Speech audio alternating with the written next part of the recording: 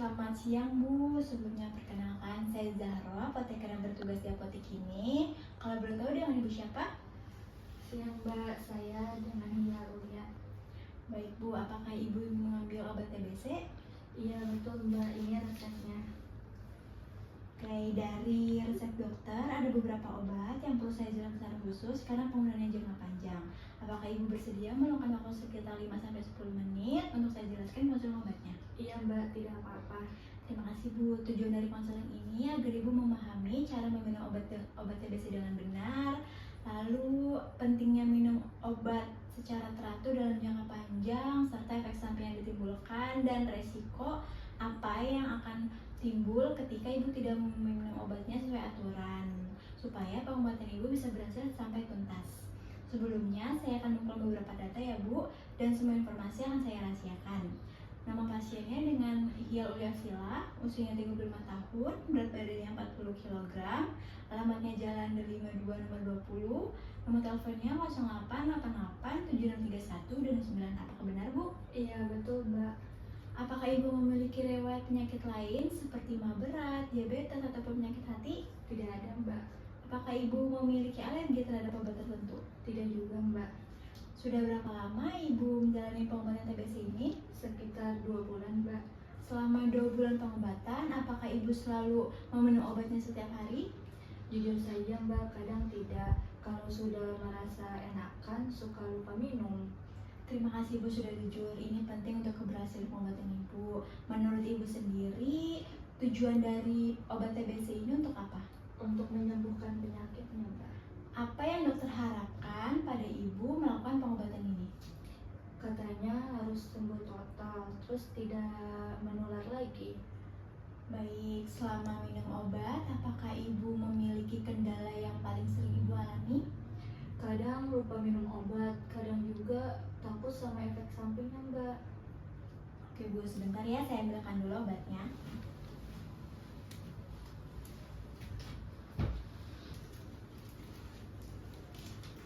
Saya jelaskan ya Bu, obat yang Ibu terima adalah obat antituberkulosis yang merupakan kombinasi beberapa obat, yaitu isoniazid, rifampicin, pirazinamid, dan etambutol. Obat-obat ini bekerjasama untuk membunuh kuman TBC secara bertahap.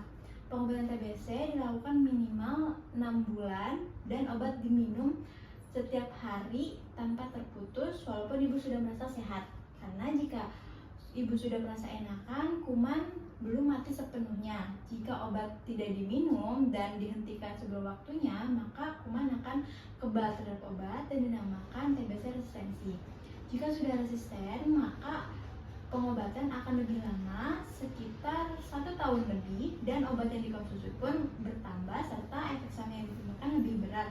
Itulah sebabnya kepatuhan minum obat sangat penting.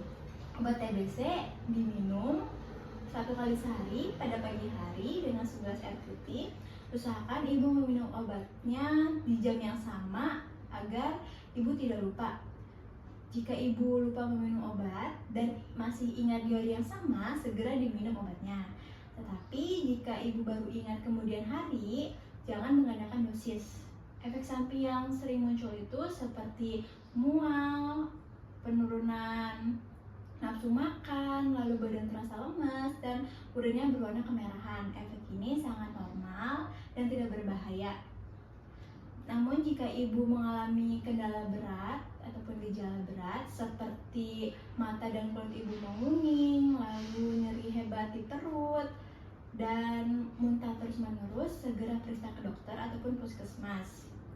Selain minum obat, Ibu juga harus menjaga pola hidup yang sehat, seperti makan makanan bergizi, sehat yang cukup, tidak merokok, lalu berpergian menggunakan masker, dan rutin kontrol sesuai dengan jadwalnya.